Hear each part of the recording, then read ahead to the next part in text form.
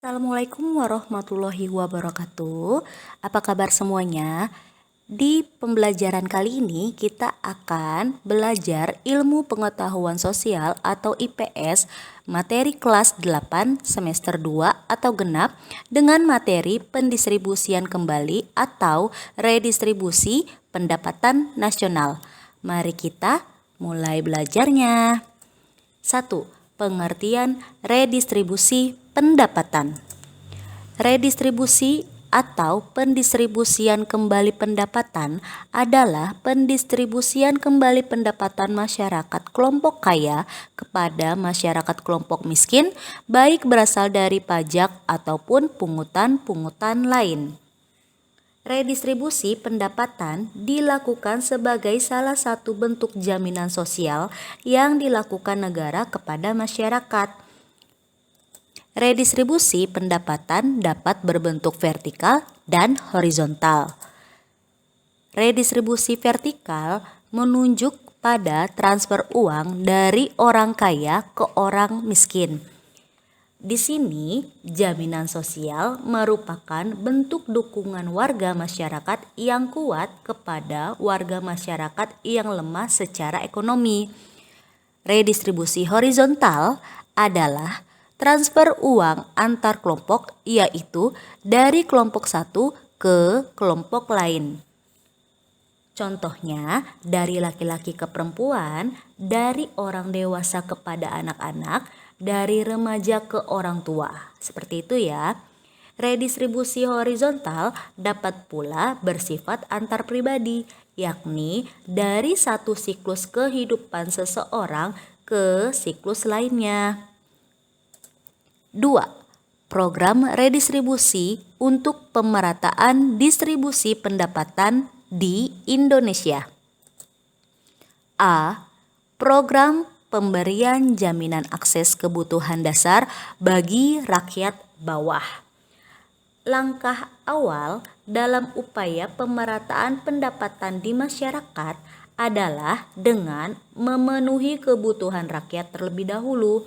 Kebutuhan tersebut adalah mencakup kebutuhan dasar seperti sandang, pangan, papan, dan akses kesehatan juga pendidikan. B. Program kredit lunak dan penjaminan kredit berbasis komunitas.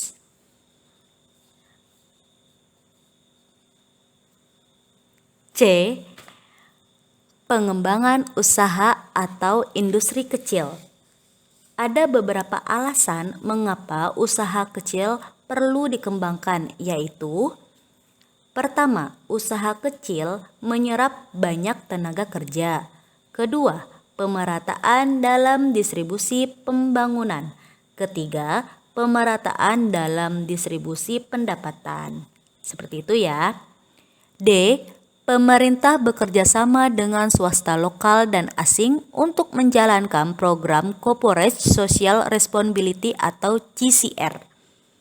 Dengan adanya program pemerintah yang bekerja sama dengan swasta lokal dan asing untuk menjalankan program Corporate Social Responsibility atau CSR, diharapkan golongan masyarakat bawah, buruh, dan usaha-usaha bisa mendapatkan kesempatan untuk ikut dalam kegiatan ekonomi yang produktif secara keseluruhan, bukan hanya segelintir pengusaha yang mendapat perlakuan khusus atau corner of privilege. E. Pemerintah konsisten dalam mewujudkan kebijakan penegakan hukum dan keadilan ekonomi. Hukum dan keadilan ekonomi yang tidak mendiskriminasikan golongan miskin merupakan modal awal sehingga kebijakan redistribusi yang diambil pemerintah menjadi efektif untuk mengurangi atau bahkan menghilangkan ketimpangan pendapatan yang ada di Indonesia. Seperti itu ya. 3. Beberapa alternatif praktik redistribusi pendapatan di Indonesia. 1. Atau A. Subsidi. Berikut adalah contoh dari subsidi ya. Subsidi pupuk kepada petani. Subsidi pupuk dari pemerintah kepada petani dimaksudkan supaya petani dapat menekankan biaya produksi dengan harga pupuk yang lebih rendah. Diharapkan para petani dapat menjual hasil pertanian dengan harga yang lebih rendah sehingga dapat bersaing. Subsidi BBM diperuntukkan bagi kalangan menengah ke bawah. Pemberian subsidi bahan bakar ini diharapkan dapat menekan biaya transportasi masyarakat. B. Pengenaan pajak. Contohnya membayar pajak di kantor pajak ya.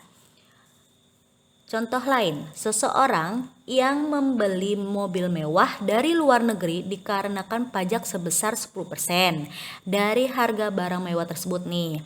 Pajak penghasilan adalah pajak yang dibayarkan oleh seseorang yang sudah berpenghasilan dengan batas minimal penghasilan sebesar angka yang telah ditentukan pemerintah. Pajak kendaraan bermotor biasanya satu paket dengan perpanjangan masa berlaku STNK. Nah, begitu ya. Dengan demikianlah selesai sudah materi redistribusi ini. Oke, berikut ada rangkumannya.